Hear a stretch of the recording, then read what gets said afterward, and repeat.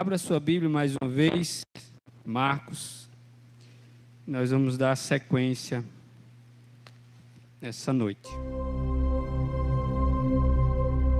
Quando chegaram onde estavam os outros discípulos, viram uma grande multidão ao redor deles e os mestres da lei discutindo com eles. Logo que todo o povo viu Jesus, ficou muito surpreso e correu para saudá-lo. Perguntou Jesus: "O que vocês estão discutindo?" Um homem, no meio da multidão, respondeu: "Mestre, eu te trouxe o meu filho, que está com um espírito que o impede de falar. Onde quer que o apanhe, joga-o no chão. Ele espuma pela boca, range os dentes e fica rígido. Pedi aos teus discípulos que expulsassem o espírito, mas eles não conseguiram." Respondeu Jesus: "Ó geração incrédula, até quando estarei com vocês? Até quando terei que suportá-los? Tragam-me o menino." Então eles o trouxeram. Quando o espírito viu Jesus, imediatamente causou uma confusão no menino. Este caiu no chão e começou a rolar, espumando pela boca. Jesus perguntou ao pai do menino: "Há quanto tempo ele está assim?" "Desde a infância", respondeu ele.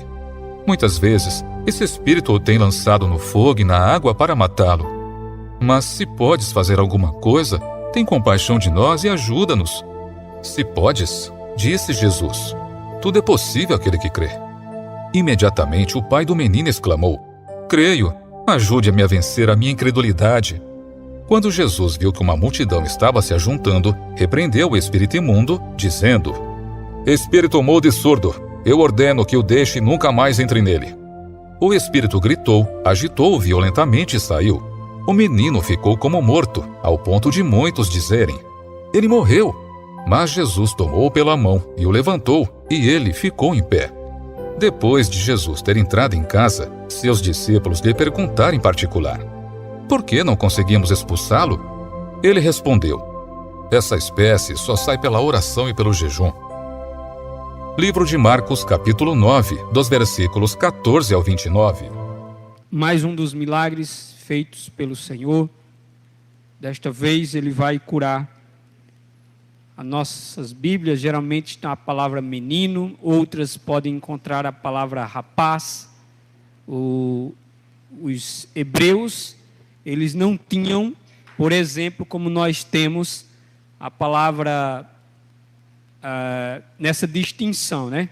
Então, usava-se uma palavra que atingia uma faixa etária desde a infância até aquilo que hoje nós chamamos de juventude. Então, é a mesma palavra, o mesmo termo, era assim que era tratado. Então, é preciso entender o contexto para saber do que e de quem se falava. Então, era um rapaz, um jovem, e ele vinha sofrendo com esse problema desde a sua infância, diz o pai. O problema era que ele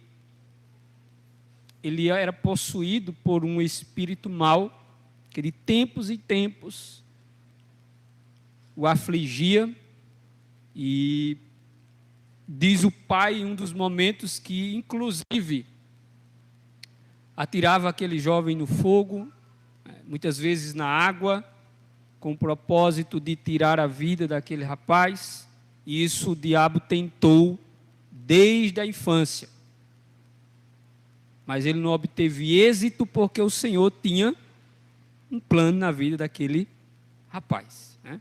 Se o Senhor tinha um plano na vida daquele rapaz, o diabo não poderia impedir. Ele pode ter jogado várias vezes ele em várias situações, mas nunca chegou a obter o êxito que pretendia, porque o Senhor tinha um plano na vida daquele rapaz. Inicialmente nós aprendemos já uma coisa aqui: se Deus tem um plano, se Deus escolheu você, se Deus escolheu a mim, se Deus nos escolheu, pode ficar certo. O maligno vai tentar destruir a nossa vida, mas ele não vai conseguir. Porque Deus nos escolheu. Se Deus escolhe alguém, não há nada que possa impedir os planos de Deus para a vida dessa pessoa. E a história nos diz, meus irmãos, que esse pai sofria com isso. Viu seu filho muitas vezes convulsionar. O texto diz que o menino caía no chão, ficava lá revolvendo-se, espumando. Imagino que por essas tentativas do maligno em destruir a vida desse rapaz, talvez cicatrizes ficaram no corpo desse rapaz ao longo da vida. Cicatrizes ficaram. Em um dado momento, diz o texto aqui, que Jesus estava com os seus discípulos, reunidos em um momento de contemplação da glória de Deus. O Senhor tinha subido para o monte, e ali ele havia se transfigurado para alguns discípulos, em especial para Pedro, Tiago e João, que viram o Senhor glorificado. E após descerem do monte com o Senhor, Pedro, Tiago e João, outros discípulos de Jesus estavam envoltos em uma discussão.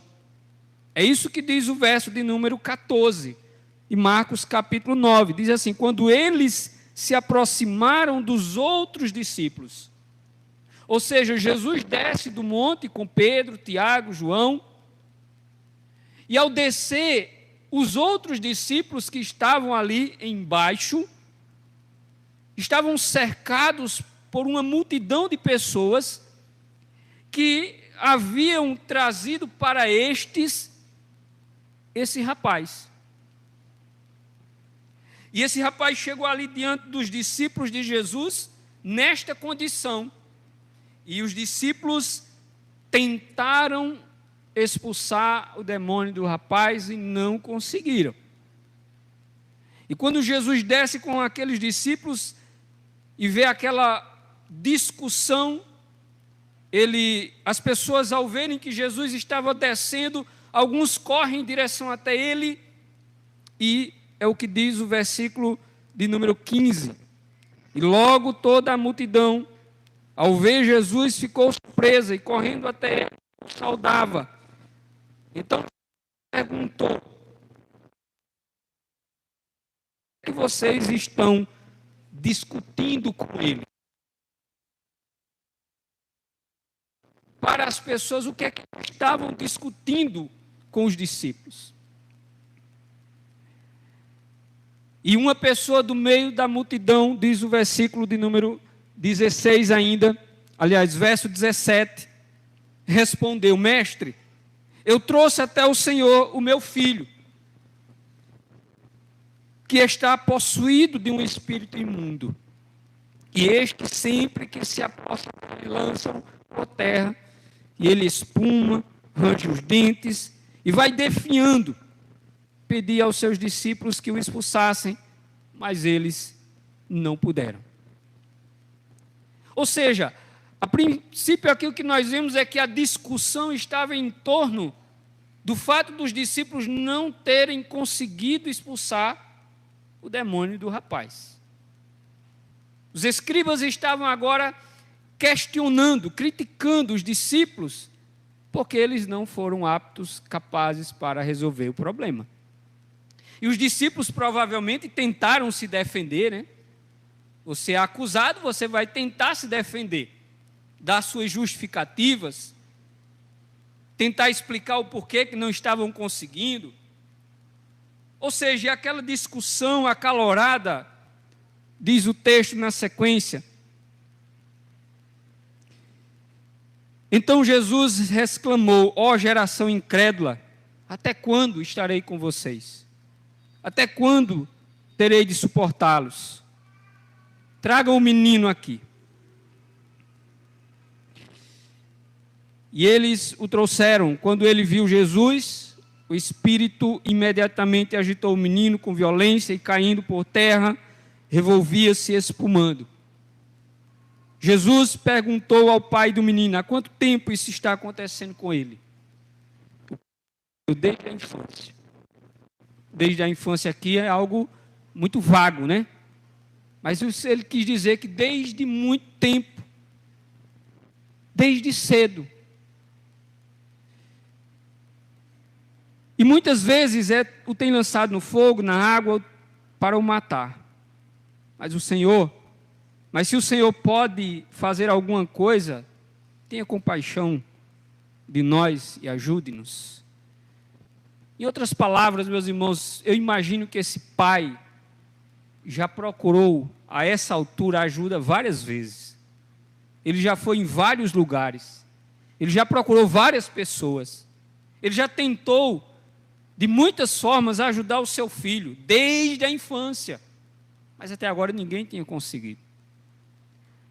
Quando ele viu os discípulos de Jesus, surgiu uma esperança. Mas mesmo assim, eles não conseguiram. E aí é quando esse pai faz essa indagação. Se o Senhor pode fazer alguma coisa, tenha compaixão de nós e ajude-nos. Ao que Jesus respondeu: se o Senhor pode, tudo é possível ao que crê. E imediatamente o pai do menino exclamou: eu creio, ajude-me na minha falta de fé. Vendo Jesus que muita gente estava se reunindo, repreendeu o espírito imundo, dizendo: espírito mudo e surdo, eu ordeno a você, saia deste menino e nunca mais entre nele. E ele, gritando e agitando muito, saiu, deixando-o como se estivesse morto, a ponto de muitos dizerem. Mas Jesus, tomando pela mão, o ergueu e ele se levantou. Quando Jesus entrou em casa, os seus discípulos lhe perguntaram em particular. Todo mundo foi embora, só estava agora Jesus e os discípulos. E aí eles perguntaram: por que nós não podemos expulsá-lo? E a resposta de Jesus está no verso 29. Jesus respondeu: este tipo de espírito só pode ser expulso por meio de oração. No relato de Mateus, há um acréscimo que diz: senão com oração e jejum. Mas aí fica uma pergunta: então os discípulos não oraram? Se Jesus disse que aquele tipo de problema se resolve com oração, então eles não oraram. Eles tentaram usar as técnicas do momento, que eles aprenderam vendo os hebreus praticando o exorcismo. Eles não oraram. E se oraram, a sua oração foi entendida pelo Senhor como oração. Meus irmãos, nessa noite essa história tem algo a nos ensinar, dentre tantas lições que poderíamos trazer. O texto é claro, não temos dificuldade de entender a história do rapaz, o problema do rapaz, a cura como ela acontece. Não há dificuldade para entender isso. Nós temos claramente nessas palavras, nós compreendemos o que aconteceu. Um pai desesperado, vendo um filho sofrendo, se debatendo, muitas vezes vendo a hora desse menino morrer. E agora, quando ele tem a oportunidade de estar diante do Senhor, Jesus o liberta plenamente e diz para aquele demônio o seguinte: nunca mais você entre nesse menino. E aqui nós vemos a autoridade de Cristo, o poder de Cristo, a soberania de Cristo, a majestade de Cristo sobre todas as coisas, sobre as forças espirituais do mal. Tudo está, meus irmãos, sujeito à autoridade de Deus. Se o Senhor disser, tem que ser do jeito que Ele disse. Mas tem coisas nessa história que, particularmente, eu acredito que nós precisamos aprender algumas coisas. É a questão dos discípulos. Fica notória a autoridade de Jesus. O poder de Jesus sobre as trevas, sobre os espíritos maus. Fica muito claro que Ele tem autoridade sobre isso. Mas também ficou muito claro que nós não temos autoridade sobre essas coisas.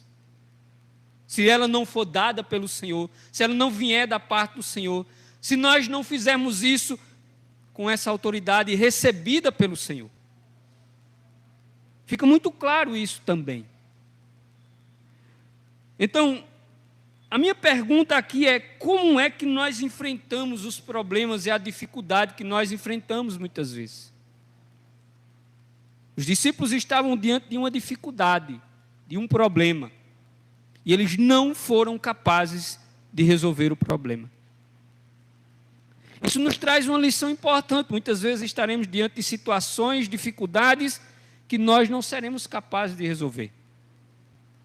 Isso também refletirá na nossa fraqueza, as nossas limitações, a nossa dependência do Senhor. Porque esses discípulos, provavelmente, eles agiram de forma mecânica. Como muitas vezes você age, como muitas vezes eu ajo, nós agimos na hora de resolver problemas. Confiando na nossa própria força, capacidade, entendimento, recursos que temos, o que nós aprendemos durante a vida, mas a palavra de Deus nos diz assim: não confie no seu próprio entendimento. Ou, em outras palavras, o sábio diz: não se apoie naquilo que você tem. Reconheça o Senhor em todos os seus caminhos, diz o sábio em Provérbios capítulo 16. Reconheça o Senhor em todos os seus caminhos. Ou seja, dependa dele para tudo. Os discípulos, aparentemente, não entenderam assim e ficaram envergonhados, frustrados. Tanto é que quando chegou a estarem com Jesus sozinhos, eles perguntaram: por que a gente não conseguiu resolver o problema? Por que a gente não conseguiu expulsar o demônio do rapaz? Os discípulos tentaram, mas não conseguiram. E por que eles não conseguiram? O que eles fizeram, o que eles não fizeram? Quantas vezes, meus irmãos, nós tentamos fazer as coisas do nosso jeito, sem reconhecer os ensinamentos que Deus tem dado em sua palavra? Aqui nós temos um entendimento claro de que Jesus está mostrando para nós que os discípulos, nós temos aprendido isso, os discípulos de Jesus tinham sérios problemas em lembrar dos ensinamentos do Senhor. Eles esqueciam facilmente. E aqui fica mais uma vez claro isso: eles esqueceram de um ensinamento muito claro e importante que o Senhor havia dado a eles. Qual o ensinamento, pastor? Orar, depender do Senhor. Tanto é que Jesus vai dizer que eles não conseguiram porque eles não oraram. Ficou claro isso? Mas quantas vezes o Senhor falou sobre a necessidade que temos de orar? Mas eles não oraram. Ou seja, na vida, meus irmãos, existem problemas de natureza física, material, mas também existem os problemas de natureza espiritual. E o crente precisa de discernimento para saber quando e como agir em determinadas situações. Se nós não tivermos discernimento, nós vamos fazer as coisas da forma errada. E se as coisas espirituais estão diante de nós, elas precisam ser enfrentadas também com armas espirituais. Tanto é que Paulo vai dizer aos irmãos em Éfeso que nós precisamos nos revestir de toda a armadura de Deus para lutar contra as hostas espirituais da maldade. E dentre das peças da armadura, existe também a presença da necessidade de orarmos. Ou seja, a oração, ela é necessária na vida cristã. No verso 18 de Efésios 6, Paulo, quando ele termina de falar sobre todas as peças da armadura, ele diz que nós devemos nos revestir com todas aquelas coisas, com toda a oração e súplica, orando em todo o tempo no Espírito, para isso mesmo, vigiando com toda perseverança e súplica por todos os santos. Paulo enfatiza: você pode até estar bem vestido, com todas as peças da armadura, mas se faltar oração, falta muita coisa. Você ainda não está fazendo tudo aquilo que o Senhor disse. Você pode ter o escudo da fé, você pode ter a palavra, você pode ter o capacete da salvação, você pode ter todas as peças vestidas com ela. Mas ele disse que você precisa entrar nessa guerra por meio de muita oração. Você tem que orar. Nós temos que orar, meus irmãos. Essa é uma das lições que o texto está nos ensinando. Nós temos que orar. Muitas vezes nós temos a palavra, sabemos a palavra, está tudo aqui, mas não ora. Eu tenho fé, mas não oro. Eu sou salvo, mas não oro. Entende que todas essas coisas, elas são importantes, ela compõe a armadura, mas Paulo vai finalizar dizendo, com toda a oração, súplica, orando em todo o tempo. O verso 18, eles orando em todo tempo no Espírito. Verso 14 ao 19. Eu transformei uma pergunta para entendermos essa parte, porque muitas vezes não sabemos e nem somos capazes de resolver problemas. Porque muitas vezes nós nem sabemos e nem somos capazes de resolver os problemas. Por quê? Por que será? Foi isso que os discípulos perguntaram. Por quê?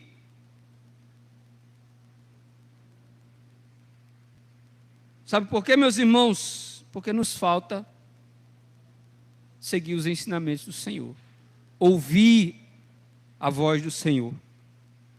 Jesus disse claramente para os seus discípulos uma coisa que nós precisamos prestar bem atenção. Jesus chamou os discípulos dele em muitos momentos de pessoas de pouca fé, em que eles demonstravam incredulidade. Nesse texto ele vai se dirigir e dizer, ó geração incrédula, até quando eu vou estar com vocês? Até quando eu vou ter que suportar isso?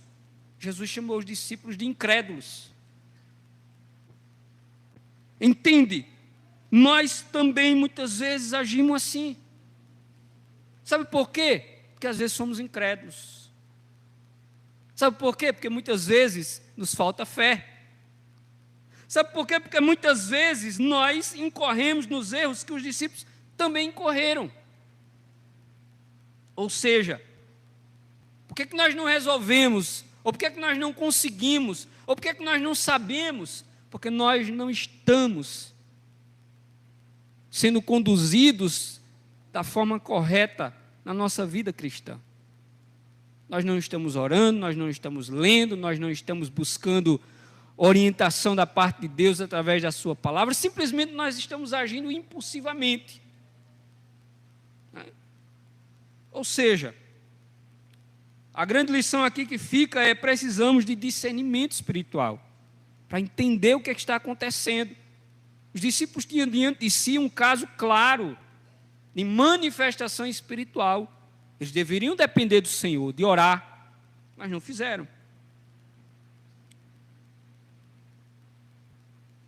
O tipo de vida que nós temos com Deus refletirá na maneira como nós vamos lidar com os problemas.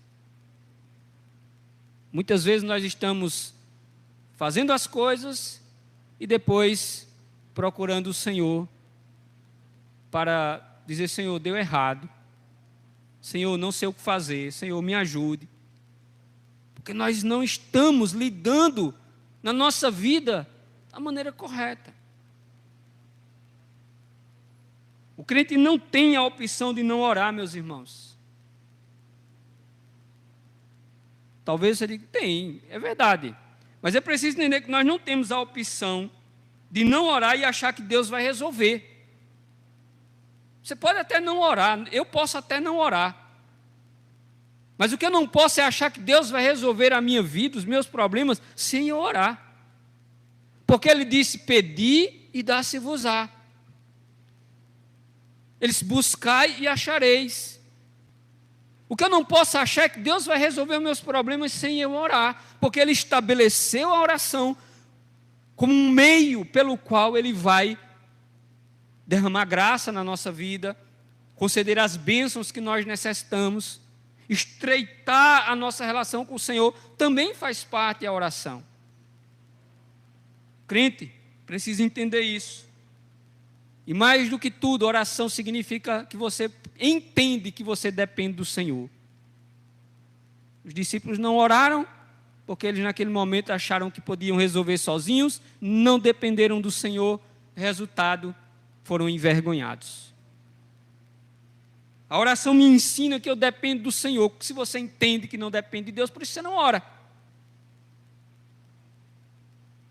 Sabe o que isso significa dizer quando nós não oramos? É porque nós entendemos que nós não precisamos do Senhor para tudo que nós precisamos. Porque se nós entendêssemos que nós dependemos do Senhor para tudo, nós iríamos orar por tudo. Nós iríamos orar em todo momento, em todo tempo, porque eu entendo que eu dependo do Senhor para tudo. Mas nós não fazemos isso. Sabe por quê? Porque muitas vezes eu entendo que eu não preciso de Deus. Eu posso resolver sozinho. Se nós entendêssemos que a oração significa dependência de Deus, e Jesus deixou claro para os discípulos isso, significa dizer que nós certamente orávamos mais do que nós oramos. O Senhor em vários momentos demonstra isso para os seus discípulos e mesmo assim eles não aprenderam. Precisamos orar. Do verso 20 ao 26, nós vamos aprender que Deus é capaz de lidar com todos os problemas que nós enfrentamos. Nós não. Nós não somos capazes de resolver tudo, não somos capazes de lidar com tudo, por isso nós dependemos do Senhor. Mas Deus é capaz e pode resolver todos os tipos de problemas. Por quê? Fica claro no texto. Do verso 20 ao 26, o homem faz uma indagação, diz assim: se o Senhor pode, aí Jesus diz assim: se o Senhor pode, tudo é possível ao que crê. Nós precisamos entender essa palavra da seguinte maneira: quando Jesus diz tudo é possível ao que crê, Jesus na verdade está dizendo tudo é possível para Deus, e nós precisamos crer nisso. Tudo é possível para Deus. Se você crê nisso, tudo que Deus pode fazer, Ele pode realizar. Porque muitas vezes há um entendimento errado dessa expressão. Tudo é possível ao que crê. Aí eu creio nisso, eu creio naquilo. Mas o que Jesus está dizendo é: tudo é possível para Deus. E se você crê que Deus pode todas as coisas, significa dizer que aquilo que Deus pode, Ele é capaz de realizar.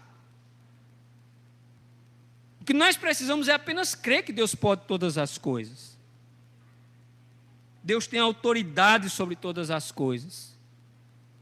Os discípulos ficaram ali olhando tudo aquilo, Jesus fazendo o milagre acontecer. E Jesus disse para o espírito mau: saia desse rapaz e nunca mais você entra nele. Nunca mais você entra nele. Você acha que os espíritos maus poderiam duvidar, teimar, desobedecer o Senhor? Não. Porque eles receberam uma ordem. Olha o que diz o verso. Acompanhe o texto.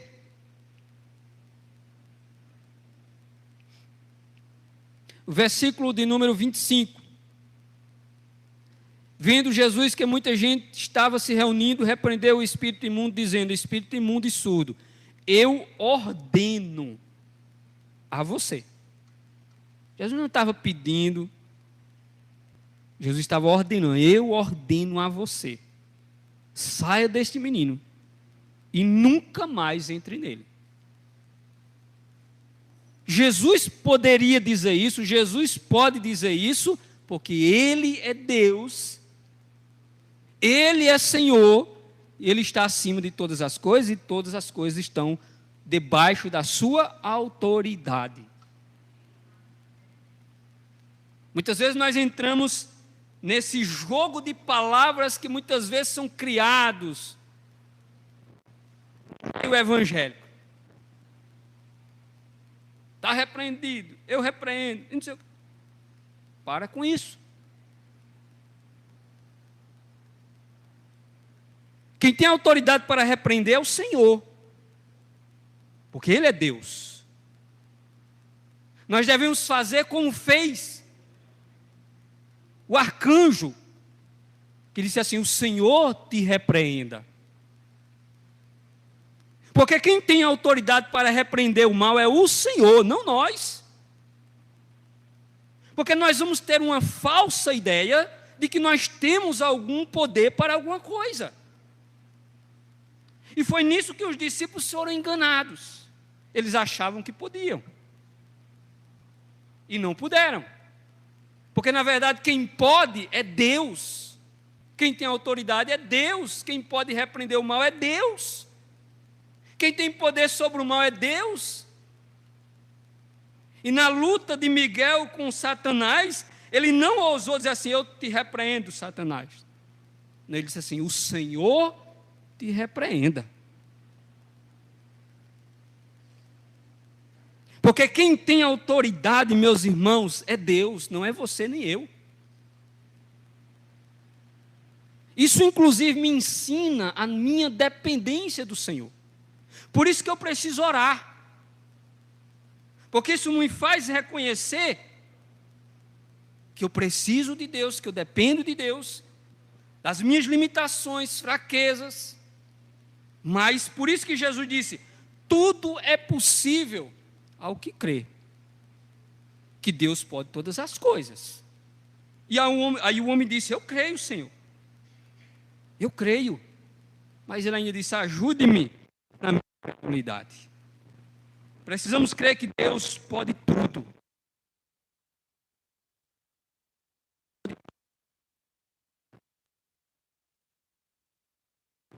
Ele faz tudo aquilo que Ele quiser. Precisamos crer que Deus reina sobre todas as coisas. E não há nada que esteja fora desse controle de Deus. O diabo não poderia dizer assim: eu não saio. Não, ele tinha que sair, porque o Senhor disse: você tem que sair. Precisamos, meus irmãos, lutar contra algo que Jesus exorta aos discípulos muitas vezes: a nossa incredulidade. Eu falei semana passada, o problema da incredulidade na vida dos crentes, ela foi vista num contexto também como cegueira espiritual, de certa forma. Dureza de coração, teimosia e assim por diante. Ou seja, Deus pode todas as coisas. Amém? Como é bom saber disso. Eu não posso, mas Deus pode todas as coisas. Eu sou fraco, mas Deus é todo poderoso. Eu não sou capaz, mas Deus é capaz de todas as coisas. Eu não sei de tudo, mas Deus sabe de todas as coisas. Isso é esperançoso. Ruim seria dizer, ou melhor, seria eu pensar que eu poderia resolver todas as coisas na minha vida. Isso seria muito ruim. Eu pensar que eu poderia resolver todas as coisas na minha vida, que eu seria capaz de saber todas as coisas. Isso seria muito ruim, meus irmãos, porque eu não sei e nem posso.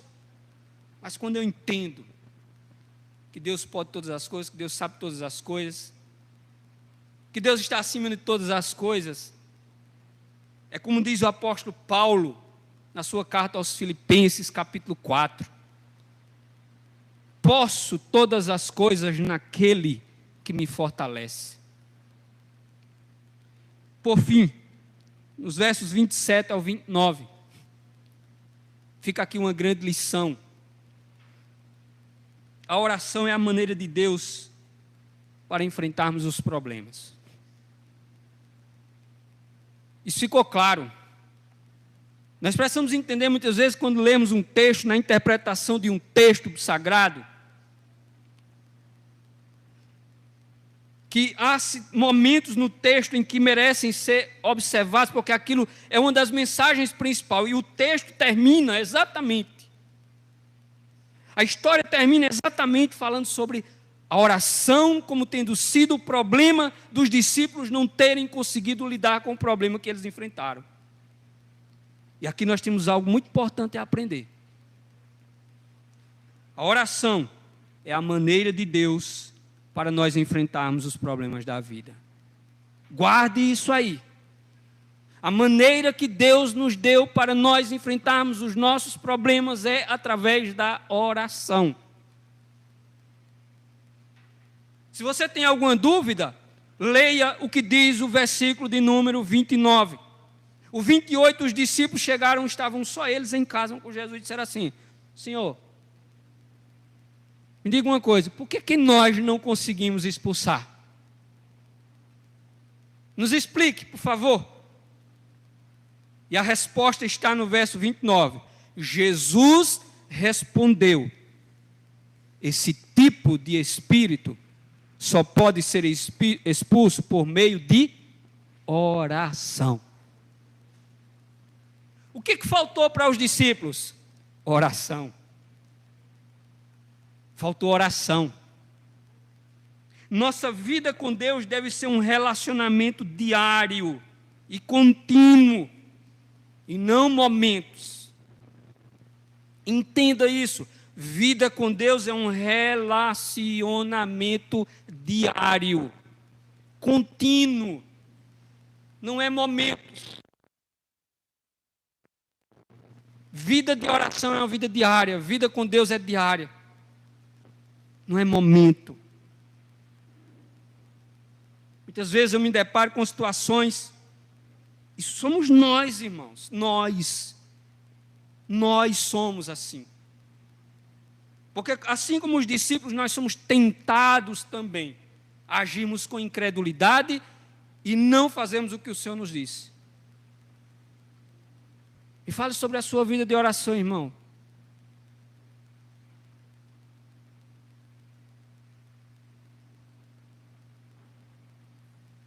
Entende, meus irmãos, quando a gente pergunta pela vida de oração dos irmãos, ou melhor, quando nós examinamos a nossa vida de oração, nós vamos entender que nós não temos um relacionamento com o Senhor. Porque o que é oração, gente? O que é oração? Eu sei que a gente não está numa escola bíblica, mas o que é oração? Falar com Deus.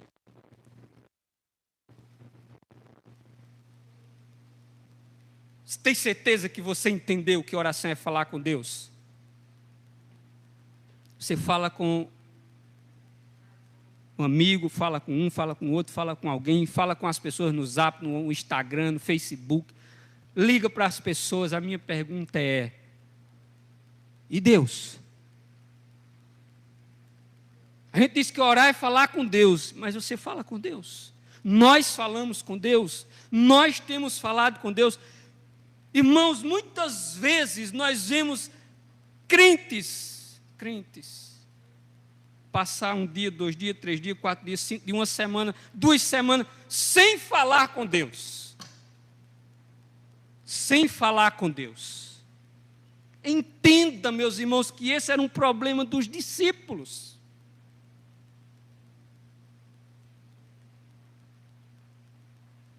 Oração deve ser uma prática diária e não circunstancial. Orar esse entendimento de que todos os dias eu preciso falar com o meu Deus, com o meu Senhor.